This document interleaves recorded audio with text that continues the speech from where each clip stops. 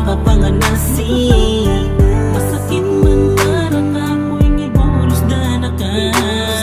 Andiyan binye ko nga ningi ganaganang lugod. Ay mo puring pigbigyan at tinugi ka ba kaya?